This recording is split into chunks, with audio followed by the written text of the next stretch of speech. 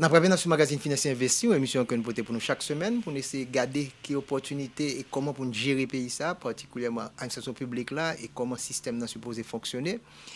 Nous allons finir aujourd'hui là avec un cas pratique n'a prêté de la France, puisque nous avons parlé de l'argent besoin de recevoir dans le pays, nous parlons des cobs que tu doué nous, que tu volé pour nous, c'est capable de visiter aussi fort, président et pays qui était représenté CPT a fait déclaration ça et nous parlons ouais que on n'a pas parlé de affaires budget, on n'a pas parlé de finances publiques, c'est pas une affaire de gouvernement, c'est pas une affaire de l'administration publique là simplement. Tout acteur est supposé fonctionner.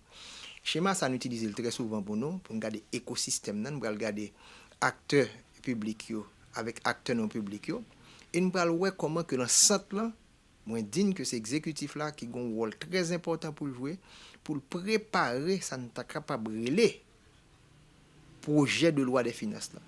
Mais comme nous trop souvent de facto dans le pays ça que une constitutionnel, donc nous pensons c'est comme ça bah yo fait. Il dit que le gouvernement fin fait projet, l'exécutif qui le centre fait projet, faut que coup des comptes font coup d'œil là-dedans pour regarder est-ce que le répond à toute sa constitution dit. Ça me les normes et procédures là, les principes qu'on supposé respecter. Et pour que vous capable une loi, parce que le gouvernement n'a pas fait loi, il a fait un décret, et bien c'est le Parlement qui lui-même qui pourra faire décret et pourra faire une loi des finances pour ratifier des documents pour une loi. Donc en l'air, dans la partie publique là, nous avons tout rôle ça où chaque acteur est supposé jouer. Et lorsque vous avez un déséquilibre, côté que compétences sur ressources humaines qualifiées plus concentrées dans l'exécutif là, et que vous pas retrouver l'autre institution publique telle que Cour des comptes avec Parlement, qui problème ça posé.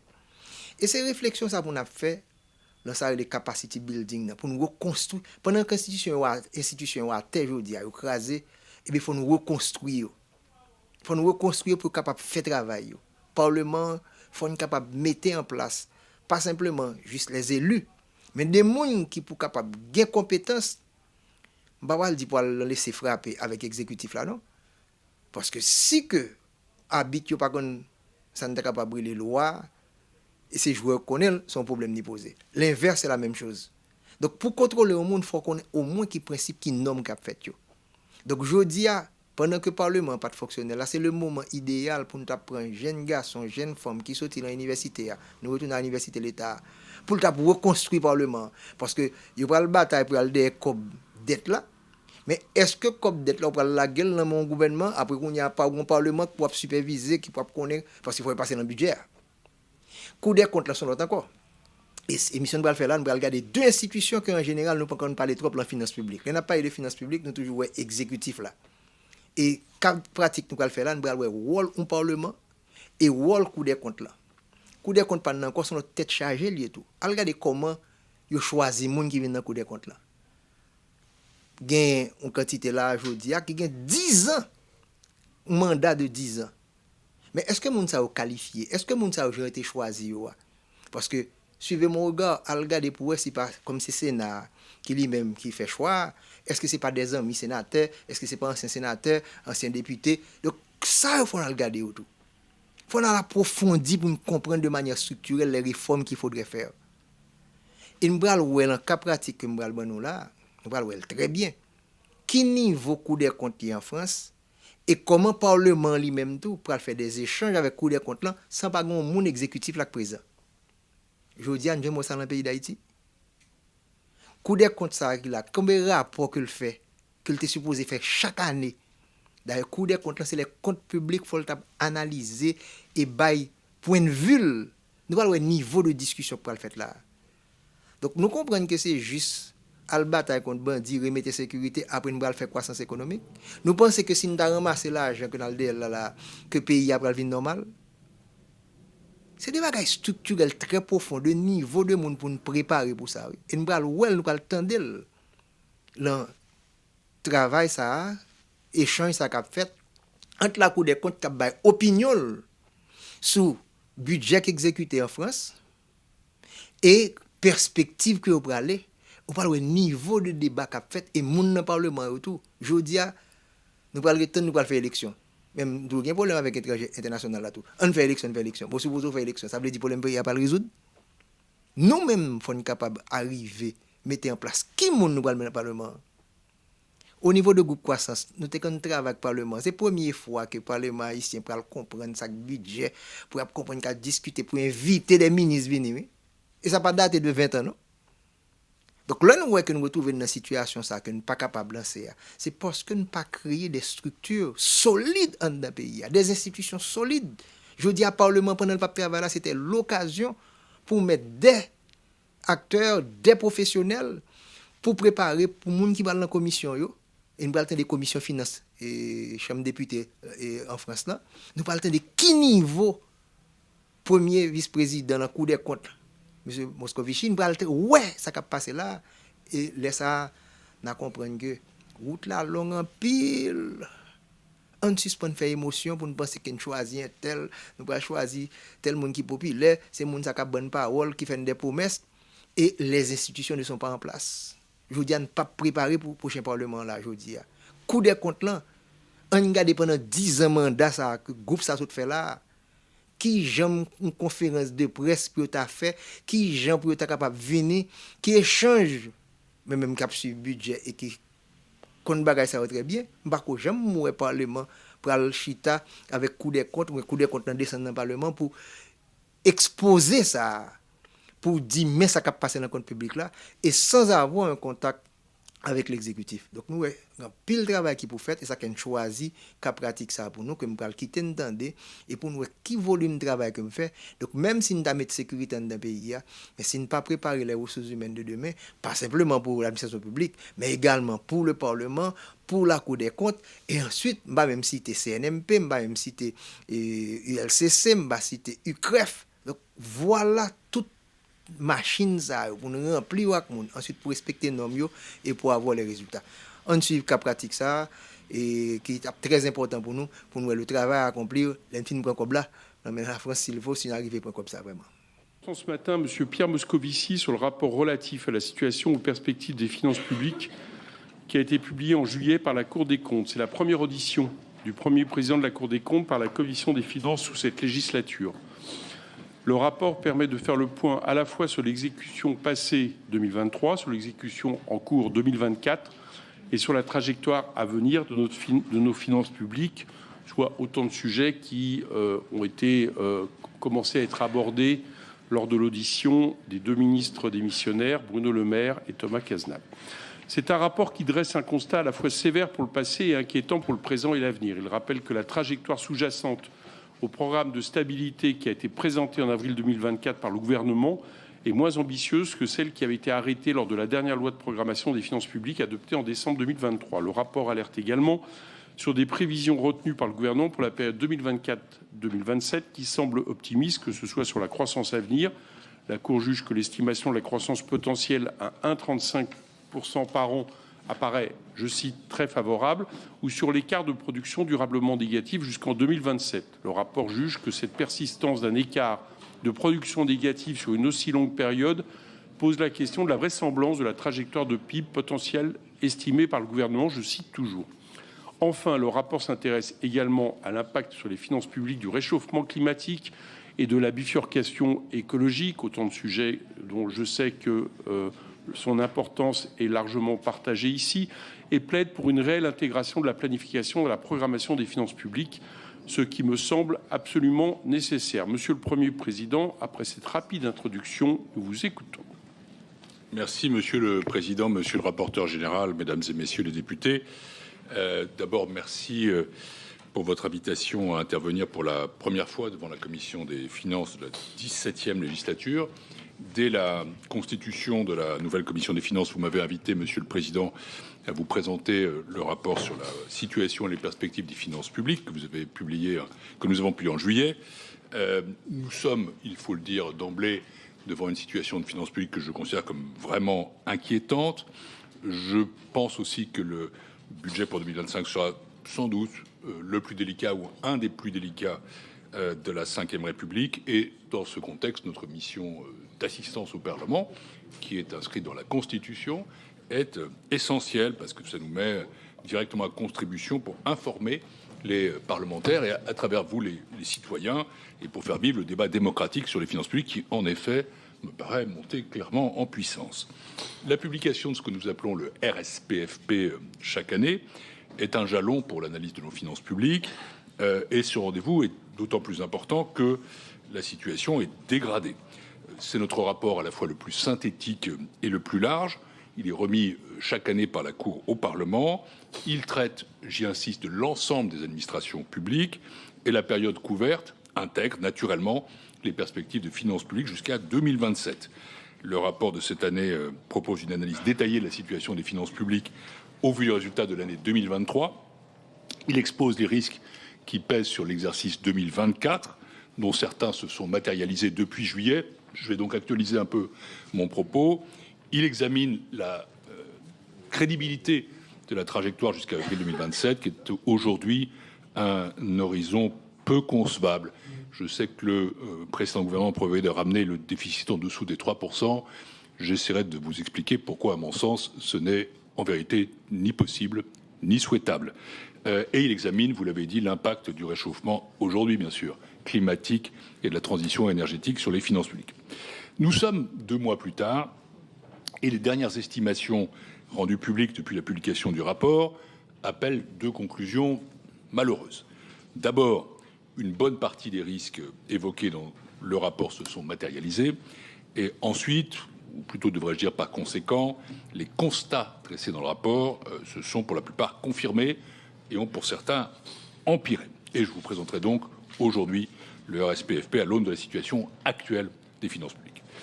Je ne le répéterai jamais assez, et c'est quand même le message essentiel que je vous passais, quitte à donner parfois l'impression que la Cour des comptes crie un peu dans le désert. Quels que soient les choix, quelles que soient les options politiques des différentes forces présentes au Parlement, et qui sont très diverses, la France doit impérativement maintenant réduire son déficit public et replacer la dette sur une trajectoire descendante. Je rappelle qu'à ce jour, le programme de stabilité communiqué à la Commission européenne le 17 avril 2024 est la forme la plus récente de la stratégie pluriannuelle de finances publiques de la France. La trajectoire de la LPFP, adoptée en décembre 2023, donc il y a moins d'1 an, était devenue caduque, quelques mois seulement après son adoption par vous-même, les parlementaires. Mais la trajectoire du programme de stabilité est aujourd'hui, à mon sens, devenue en fait tout aussi obsolète. Et je crois que dans le cadre du PLF qui vient, un des préalables sera de présenter une nouvelle trajectoire pour pouvoir travailler sérieusement et donner des ancres au débat public. Il est impératif de dire la vérité aux Français à travers le projet de loi de finances, puis le plan budgétaire national de moyen terme que le gouvernement doit transmettre à la Commission quelques jours après. Avant d'entrer dans le vif du sujet, je peux saluer l'ensemble des artisans du RSPFP. Et j'ai à côté de moi Karine Cambi, la présidente de la première chambre, M. Gianesini derrière, c'est le conseiller maître contre-rapporteur, Emmanuel Jessua, et conseiller référendaire service extraordinaire, et les rapporteurs général, puis l'ensemble des rapporteurs. J'en viens aux principales conclusions de la Cour, et je les résumerai d'un mot. J'ai commencé par là d'ailleurs, je dirais inquiétante. Alors, dans l'ordre.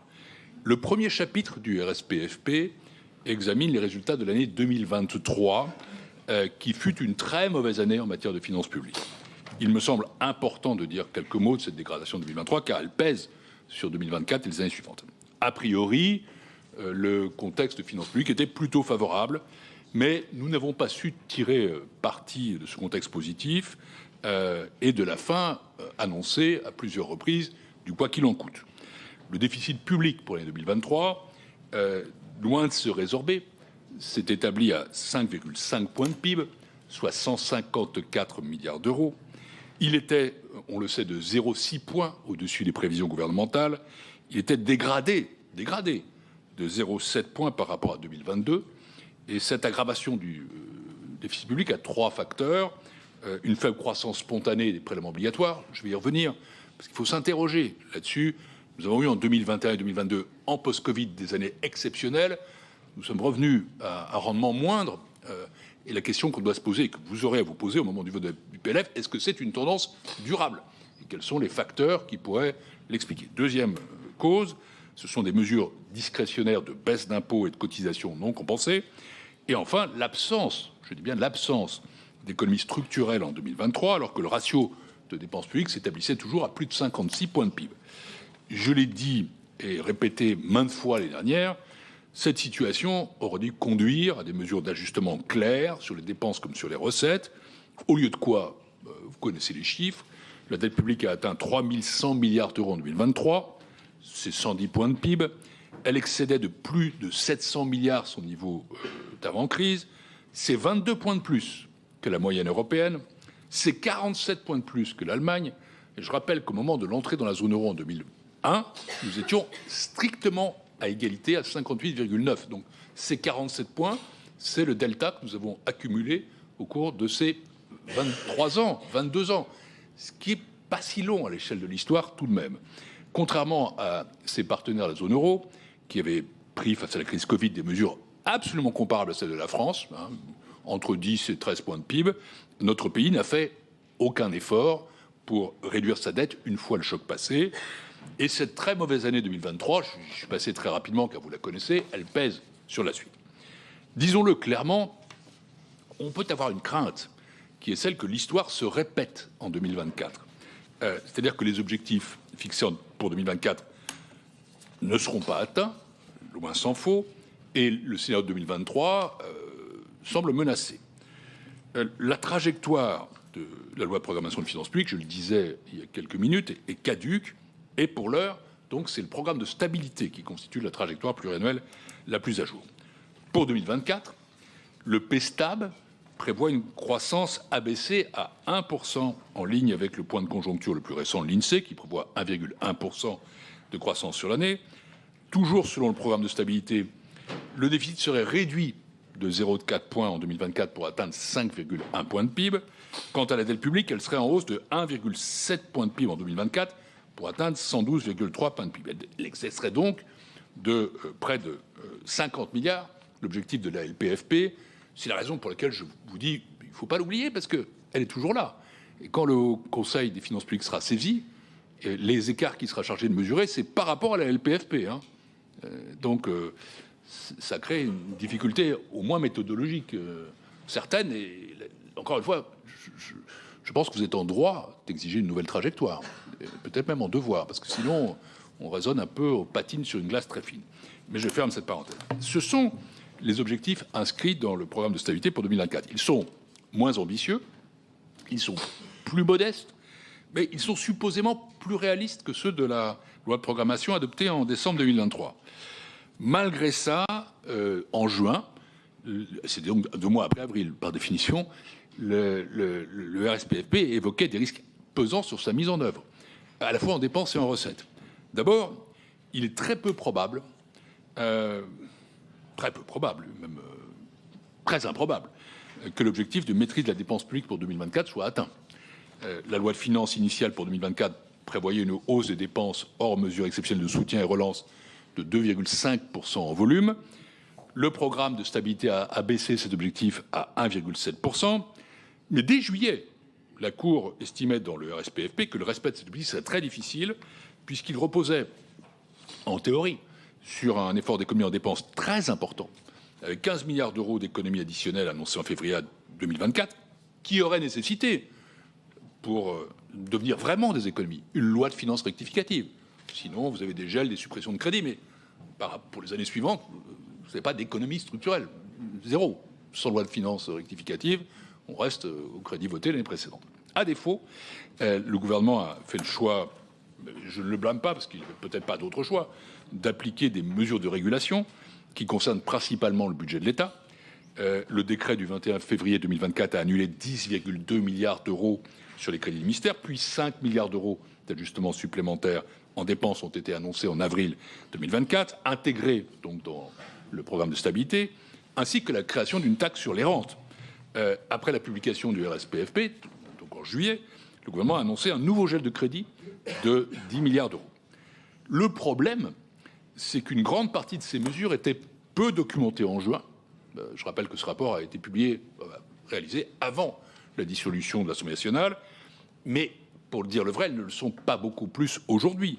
Et donc, c'est ça qui me fait dire que leur réalisation d'ici à la fin 2024 est, sinon impossible, du moins hautement improbable. Le risque de ne pas maîtriser les dépenses était déjà élevé en juillet. Et il l'est d'autant plus dans la situation que je n'ai pas caractérisée ici, que nous traversons. En plus, disons-le, le contexte de l'année 2024 n'est guère propice à la réduction des dépenses. Je rappelle que de nombreux facteurs ont poussé à la hausse de la dépense. Je cite la crise agricole ou encore les événements en Nouvelle-Calédonie qui assurément auront un coût. Dans le RSPFP, la Cour a énoncé d'autres doutes et pointé d'autres risques sur la dépense. Et beaucoup se sont confirmés au cours de l'été et peuvent difficilement être rattrapés. D'abord, les dépenses des collectivités locales. Elles apparaissent particulièrement dynamiques sur la première moitié de l'année. Le RSPFP mettait déjà en doute en juin le ralentissement des dépenses de fonctionnement des administrations publiques locales.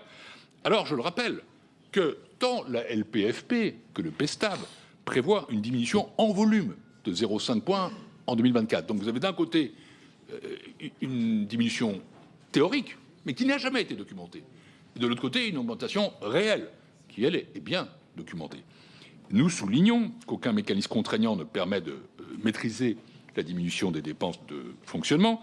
Nous insistions sur la très forte progression de ces dépenses enregistrées au premier semestre. Et même si nous ne disposons pas encore des estimations définitives de fin d'année, cette dynamique s'est depuis confirmée. J'ai vu les chiffres mis en avant par le ministre chargé des comptes publics. Au vu du premier semestre, il est probable que les dépenses de fonctionnement des collectivités augmentent de plus de 10 milliards en 2024. Nous sommes donc très loin de l'objectif de diminution de 0,5 points. Et la progression des dépenses d'investissement des collectivités excède également, pour l'instant, la programmation du PESTAB. Le RSPFP, je reste sur notre rapport, évoquait aussi dès juillet des incertitudes sur la réalisation des économies prévues dans le champ de l'assurance maladie. En effet, le 8 septembre dernier, le directeur général de la CNAM alertait sur un déficit de la branche maladie en 2024 vraisemblablement plus élevé que les 11,4 milliards d'euros prévus. L'ONDAM pourrait même être dépassé d'1 milliard d'euros. En parallèle, ça voilà pour les dépenses, les recettes risquent aussi d'être moins élevées que prévu dans le programme de stabilité. Les données sur les recettes fiscales sont à ce stade en deçà des prévisions du printemps, en particulier pour la TVA. En outre, le projet de taxe sur les rentes, supposé rapporter 3 milliards d'euros dès 2024, reste dans l'attente d'une traduction législative. Et une taxe qui n'a pas de traduction législative a du mal quand même à rapporter de l'argent, si je me souviens bien. Donc il faut être réaliste. C'est sans doute difficile de la mettre en œuvre d'ici à la fin de l'année, donc ces rentrées-là ne seront pas là. Donc on peut déjà les biffer. C'est donc inéluctable, je crois. L'objectif de déficit pour l'année 2024 sera très difficile à atteindre. Oui, je suis diplomatique en disant ça, il ne sera pas atteint. Le flou qui entoure les économies et les hausses de prélèvements annoncées en 2024 n'a pas été dissipé. Les derniers chiffres rendus publics sont plus inquiétants que ce que l'on imaginait, plus inquiétants que ce qu'imaginait la Cour d'ailleurs. Dès le 17 juillet, le Trésor a estimé que le déficit en 2024, certes la politique inchangée, atteindrait 5,6% en 2024 contre 5,1% prévu dans le programme de stabilité. Donc après 0,6 de plus en 2023, on aurait 0,5 de plus en 2024. Et compte tenu des nouvelles médiocres enregistrées sur les recettes fiscales et dépenses, ce chiffre est peut-être le moins mauvais que l'on peut espérer. Le Haut Conseil des finances publiques attend, comme vous, le projet de loi de finances, mais il a commencé à auditionner divers instituts, il le fait toujours. Et disons qu'ils sont tous à l'idée qu'on devrait être, si tout va bien, à 5,5% en fin d'année, même quand même avec des ajustements. Et donc, on a un déficit dégradé. Ce n'est pas la situation que nous voulons pour notre pays. Elle n'est, je crois, pas tenable.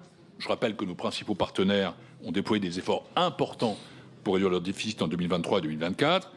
Et ça nous fragilise sans aucun doute, cette incapacité à nous désendetter. Je rappelle que la charge de la dette devra déjà augmenter de l'ordre de 8 milliards en 2025 et 2026, de 12 milliards en 2027, pour atteindre 83 milliards à cet horizon, mais à condition que le reste de la trajectoire du programme de stabilité soit accompli. C'est donc maintenant devenu presque un minimum. C'est aussi un manquement aux règles que nous sommes fixées collectivement avec nos partenaires européens. Nous sommes sous la surveillance de l'Union européenne, d'expérience, puisque j'étais commissaire en charge de ce portefeuille. Ce n'est pas une surveillance malveillante, mais c'est une surveillance exigeante On peut nous donner du temps, on peut nous comprendre, mais on attend des gestes concrets de réduction des déficits et de la dette. Et vous savez que le 26 juillet dernier, le Conseil de l'Union européenne a approuvé la recommandation de la Commission d'ouvrir une procédure pour déficit excessif à l'encontre de la France. Ça nous oblige concrètement à transmettre une trajectoire crédible de désendettement fondée sur un budget cohérent et sur laquelle la réponse de la Commission d'ici novembre dernier et les opinions du Conseil donneront le ton pour rassurer ou à l'inverse inquiéter, je suis désolé de prononcer ce gros mot ici, les marchés financiers, puisque notre dette est tout de même détenue pour plus de la moitié par des créanciers étrangers. L'Union européenne, je le dis avec toute la foi qui est la mienne, et l'euro, ce ne sont pas des contraintes, ce sont des engagements. Mais c'est aussi une sorte de règlement de copropriété, et nous devons à nos partenaires européens d'être à la hauteur de cet engagement. Nous devons prendre les devants, nous devons afficher clairement que nous entendons respecter une trajectoire d'ajustement modeste, mais néanmoins réelle. La dégradation de la situation des finances publiques en 2024 est inquiétante pour une autre raison. Et je veux y insister et justifier mon propos d'emblée. Elle rend, à mon sens, impossible la trajectoire pluriannuelle du programme de stabilité, à laquelle, il est vrai, peu croyaient. Et le Haut Conseil des finances publiques avait émis quelques doutes à sa manière. Je crois devoir faire preuve ici d'un peu de gravité. Il est préoccupant pour la France que ces deux dernières trajectoires pluriannuelles, donc celle de la LPFP décembre 2023, celle du PSTAB avril 2024, soient devenues caduques avant même d'avoir connu un début de mise en œuvre. Encore une fois, qu'on ça plaise ou non, nous sommes dans la position un peu du débiteur qui revient à chaque fois devant son créancier en promettant que cette fois c'est du solide et que c'est sûr, il va tenir ses engagements. Cette trajectoire du programme de stabilité, j'y insiste, est devenue tout aussi caduque que celle de la LPFP et elle apparaît même déraisonnable, en plus d'être peu crédible et peu cohérente. Je reprends les mots du Haut Conseil. En réalité, la Cour, et d'ailleurs le HCFP, ne croyait pas beaucoup au retour sur 3% du déficit en 2027. Nous l'avons écrit dans le RSPFP publié en juillet. Ce n'est pas une position de ma part qui serait politique ou idéologique. Ce sont nos travaux qui le disent. Et je crois que cette question, d'ailleurs, elle doit être envisagée avec beaucoup de calme. Ce n'est pas vertueux d'être pour 3% dans des conditions impossibles. Ce n'est pas laxiste que de penser qu'on doit les retarder quand les conditions sont impossibles. C'est juste réaliste. Du fait de la dégradation très marquée du déficit dès 2023, de la révision à la baisse des perspectives de croissance, le programme de stabilité se donnait une cible de déficit en 2027 à 2,9%. Mais la Cour alertait sur le manque de crédibilité et de réalisme de cette cible, pourtant bien en deçà de celle des autres États membres. Le HCFP, vous vous en souvenez, parlait de manque de crédibilité, de manque de cohérence, pardon, de faire notre florilège d'expression. Pourquoi ? Parce que cette trajectoire conjugue les mêmes faiblesses que celles que nous avions déjà relevées pour la LPFP. Un scénario de croissance 2025-2027 trop optimiste par rapport au consensus des économistes. Un ajustement d'une ampleur sans précédent, reposant sur un effort d'économie tout simplement jamais vu, et des hausses importantes de prélèvements qui demeurent, d'ailleurs les dépenses comme les prélèvements, non documentées. Depuis 2 ans, chaque nouvelle trajectoire apparaît plus fragile que la précédente. Celle du programme de stabilité, malheureusement, ne faisait pas exception. Elle ne disposait d'aucune marge de sécurité, comme le soulignait la Cour dès juillet dans son RSPSP. Dans le rapport, vous pouvez le consulter, nous avons quantifié 3 scénarios alternatifs qui se traduisaient tous par un déficit public encore nettement supérieur à 3% en 2027, avec une dette toujours en hausse. Il était donc clair, dès le mois de juin, et je parle avant même le résultat des élections, que tout écart par rapport aux hypothèses du PSTAB, qu'il soit relatif à la croissance, aux ajustements budgétaires et fiscaux prévus, ferait dérailler cette trajectoire. Elle était trop fragile, en vérité. Les derniers chiffres publiés par le Trésor vont dans ce sens, même s'il faut les considérer avec précaution, car ils reposent sur une méthodologie, vous le savez, en dépenses tendancielles et à politique inchangée. Si rien ne change, le déficit continuera d'augmenter après 2024 si aucune mesure d'ajustement n'était prise. Il pourrait s'élever à 6,2% en 2025, ce serait un dérapage de 60 milliards d'euros par rapport à ce qui figure dans la trajectoire, contre 4,1 prévu dans le PESTAB. Le ratio de dette augmenterait lui aussi continuellement. Il atteindrait 124% du PIB en 2028. Pour atteindre le déficit prévu dans le PESTAB pour 2025, il faudrait faire des économies de plus de 60 milliards d'euros l'année prochaine et donc les documenter dans le PLF pour 2025. Je ne suis pas pousse au crime. Je ne le recommanderais pas, en vérité, malgré tout l'attachement que j'ai pour des finances publiques saines. Pour respecter à minima les nouvelles règles budgétaires européennes, ce qui, je le rappelle, est un devoir et un engagement, nous devrions faire des économies de 30 milliards en 2025, de 100 milliards à l'horizon 2028. Ce serait brutal. À vous d'évaluer si c'est politiquement faisable. Je ne connais plus rien à la politique.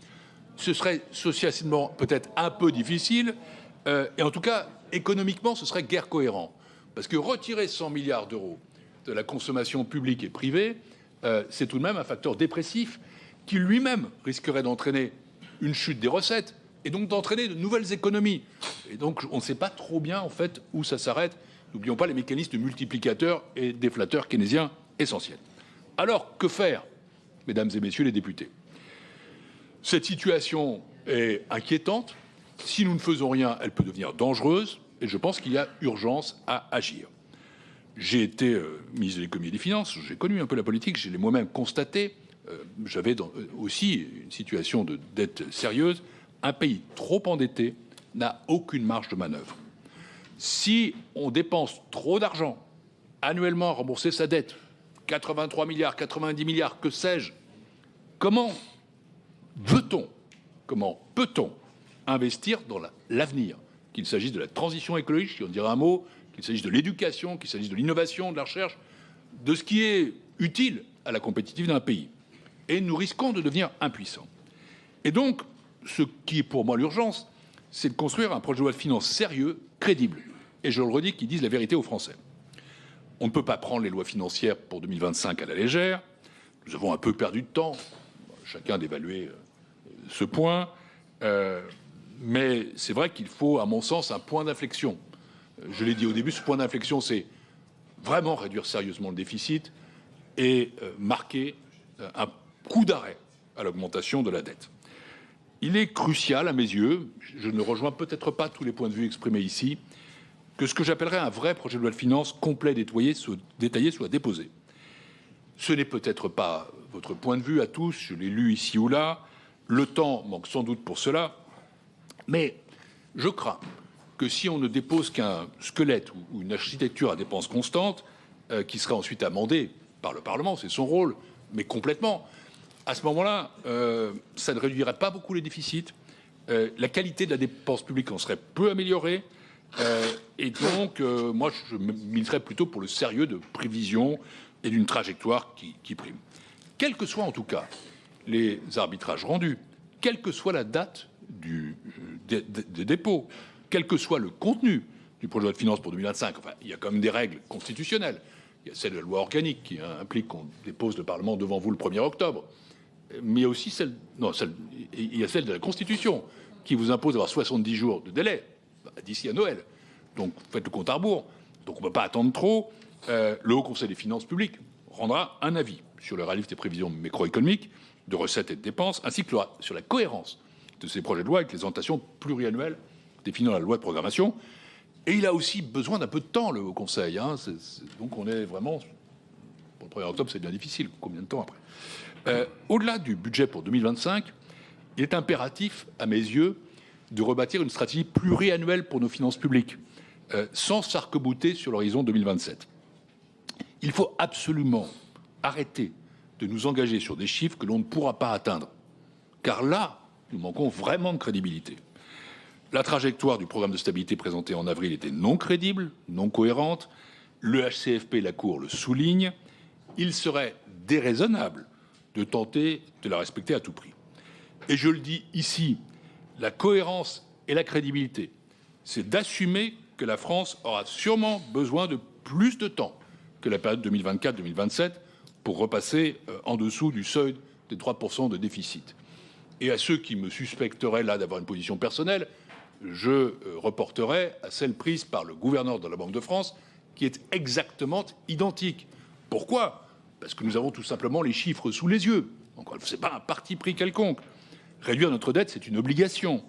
Ce n'est ni de gauche ni de droite, c'est d'intérêt général. Mais nous avons besoin d'une trajectoire véridique. Aujourd'hui, pour respecter la loi de programmation de finances publiques, le programme de stabilité, je rappelle que l'un et l'autre prévoient un passage sur les 3% en 2027, il faudrait faire, je le redis, plus de 100 milliards d'euros d'économies en 3 ans. Ce serait à mon sens peu cohérent. Il est impossible, le Conseil le disait clairement, de poursuivre à la fois des objectifs de croissance ambitieux et de réduire les déficits en donnant un coup de frein sévère à la dépense publique. Il faut être donc plus réaliste, me semble-t-il. Je pense que la Commission européenne préférera toujours un discours de vérité, des objectifs réalistes à des objectifs intenables sans vraie mesure. Sur quel levier jouer ? Premier message de ma part, je pense ça c'est peut-être quelque chose qui a pêché dans les précédentes trajectoires, n'attendons pas de remède miracle par la croissance. Il faut absolument préserver la croissance, il faut investir davantage, mais ne racontons pas que nous allons faire des 2%, 3%, que sais-je, de croissance. La France a une croissance plus résiliente que ses partenaires. Ce n'est pas un tigre asiatique dans le moment qui vient. Et donc la croissance potentielle, elle est autour de 1% pour les années qui viennent. Et donc il faut rester avec l'idée que ça rapporte quelque chose, qu'il ne faut pas l'affecter, mais raconter qu'il suffit d'investir, que la croissance va suivre et que les recettes vont monter, ça n'est pas réaliste, d'autant que le contenu des recettes, plutôt l'élasticité des recettes par rapport à la croissance, paraît quand même un peu amorti. Le chemin est un peu étroit. Ce que nous devons rechercher collectivement, c'est la réalisation d'économies en dépenses pour que chaque euro d'argent public dépensé soit une dépense de qualité. Ça, c'est le mot que j'utilise toujours. Je sais que c'est un chemin étroit pour que ce ne soit pas vain ou contre-productif, pour que ça ne porte pas préjudice à la croissance. Ça doit passer par une maîtrise des dépenses réfléchie et raisonnée, tout le contraire de la technique du rabot, qui n'a jamais fait ses preuves. Je suis persuadé depuis longtemps que la réduction brutale et uniforme des dépenses publiques n'est pas une solution. Pour réaliser ces économies, il faut opérer intelligemment et efficacement en agissant sur la qualité de la dépense. Ça doit être le seul mot d'ordre. Nous avons publié, la Cour des comptes, des notes structurelles et thématiques en 2022 et 2023 pour proposer des pistes d'économie dans des champs aussi variés que l'apprentissage, les soins de ville, les transferts financiers aux collectivités, le logement. Nous continuons bien entendu de le faire à travers tous nos rapports. Et je remettrai dans quelques jours au Premier ministre, quand il sera bien installé, 3 revues de dépenses que je n'avais pas pu remettre à son prédécesseur en juillet, compte tenu du calendrier des élections. Nous avons peu de temps, mais il faut être très ambitieux. Enfin, 3e levier, après la croissance et les économies en dépenses, l'outil fiscal. J'ai cru noter que c'était un sujet de débat en ce moment. Je vais exprimer avec grande prudence sur ce sujet, car vous le savez, ce n'est pas au cœur des compétences de la Cour des comptes. À titre personnel, je ne crois pas que nous disposions de grandes marges de manœuvre pour augmenter les impôts. Notre taux de prélèvement obligatoire est déjà très élevé. Le consentement à l'impôt est fragile. Notre compétitivité est un atout à préserver et renforcer. Je continue d'être attentif à ce que j'avais jadis appelé le ras-le-bol fiscal, qui saisit tous nos concitoyens, notamment les plus modestes. Et pour autant, je le dis ayant été membre de votre commission jadis, entre autres, le sujet n'est pas tabou, ni du point de vue du financement de la transition écologique, ni du point de vue de la justice fiscale. Nous ne pouvons pas non plus nous permettre, je l'ai déjà dit aussi et je le répète, de réaliser des baisses de prélèvements obligatoires non financés qui pèseraient obligatoirement sur notre trajectoire pluriannuelle et sur notre déficit. L'équation budgétaire est déjà complexe. Elle est d'autant plus, et je vais terminer sur ce thème, que le réchauffement climatique, vous avez évoqué ce contenu de notre rapport, et la transition énergétique pèseront sur la croissance future et mobiliseront une part croissante de la dépense publique. Cette année, la Cour a consacré un chapitre spécifique aux effets du changement climatique et de la transition énergétique sur les finances publiques. Notre message est simple. Nous sommes face à une double dette écologique et financière. Il est urgent d'intégrer la planification écologique dans la programmation des finances publiques. C'est un défi de taille que de financer la transition énergétique. C'est peut-être le plus grand défi auquel l'État aura à faire face dans les années qui viennent. L'Institut pour l'économie et le climat estime à 100 milliards d'euros en 2022, les investissements déjà réalisés, mais il faudrait 60 milliards d'euros par an pour atteindre nos objectifs. C'est ce que disait aussi le rapport Pisani-Ferry-Mahfouz. Ça signifie un besoin d'aide supplémentaire de 2 points de PIB chaque année qu'il faudra consacrer à la transition énergétique. Ces besoins d'investissement doivent être encore répartis entre les ménages, les entreprises, les administrations publiques sur la base d'arbitrage explicite. Vous savez que 3 principaux instruments économiques peuvent être utilisés par les pouvoirs publics pour réduire les émissions: les subventions, les normes, la tarification carbone. La tarification carbone est source de recettes supplémentaires, alors que les subventions entraînent, elles, un surcroît de dépenses publiques. La Cour préconise une montée en puissance de la tarification carbone, dont il sera indispensable d'affecter une partie des recettes à l'accompagnement des ménages et des entreprises les plus exposées. Nous avons bien sûr tiré les leçons de la crise des gilets jaunes. Et ce doit être combiné avec des subventions et des réglementations qui devraient être régulièrement évaluées. Les marges de financement par les administrations publiques sont étroites, je ne vais pas revenir là-dessus. En revanche, j'aimerais insister sur ce qui pourrait ressembler à un cercle vicieux si nous ne tenons pas compte rapidement. Les marges de manœuvre budgétaire des pouvoirs publics seront encore affaiblies pendant la période de transition écologique à cause des répercussions du réchauffement climatique sur les finances publiques. Cet impact n'est pas identifié en tant que tel dans la programmation des finances publiques, ni par la LPFP, ni par le programme de stabilité. Il est indispensable qu'il le soit rapidement et que ces 2 sujets soient traités ensemble. Et pour ça, il est nécessaire de répartir l'effort entre acteurs publics et privés. Voilà, mesdames et messieurs, les grands messages du RSPFP que je souhaitais porter à votre connaissance. Ce sont des enjeux très importants. La situation et les perspectives de nos finances publiques sont souvent négligées, parfois ignorées. Je constate que ce n'est plus le cas, comme vous, que nos concitoyens, qui certes étaient conscients qu'il fallait se désendetter, mais qu'ils mettaient très bas dans les priorités qu'ils attendaient de l'action publique, sont sans cesse en train de rehausser l'acuité de leur regard sur le sujet. Reprendre le contrôle de nos finances publiques, ça nécessitera du courage et de la fermeté et des choix difficiles. Dans ce contexte, quels que soient les remous de notre vie politique et institutionnelle, la Cour des comptes continuera d'essayer d'éclairer le citoyen. Sa devise, c'est rétablir l'ordre par la lumière. C'est un peu grandiose sans doute. En tout cas, nous serons toujours à votre disposition avec nos travaux pour contribuer au débat public sur cette question qui est au fondement même de notre existence. Merci à vous. Merci, Monsieur le Président, pour cette introduction de qualité. Avant d'ouvrir les tours de parole, je voulais rappeler quelque chose que j'ai dit à la fin de la commission dernière, mais il y avait peu de monde. Et comme là, je vois avec plaisir que nous sommes nombreux et qu'il y a notamment de nombreux intervenants, donc ça montre bien l'intérêt du sujet. Je voulais dire que je ferai en sorte que cette commission soit celle de l'échange de débats argumentés, de qualité, qui peuvent être radicales sur le fond, mais sur la forme, je veillerai à ce que on reste dans quelque chose qui intéresse, et ça intéresse de plus en plus de gens, ceux qui nous regardent, et non pas, j'allais dire, des affrontements qui, à certains moments, peuvent être stériles pour ceux qui les mènent, pour ceux qui les écoutent, et pour notre commission dans son ensemble, et ça concerne tous les groupes. Donc voilà, et j'y veillerai. Donc je vais introduire cette information. Bon.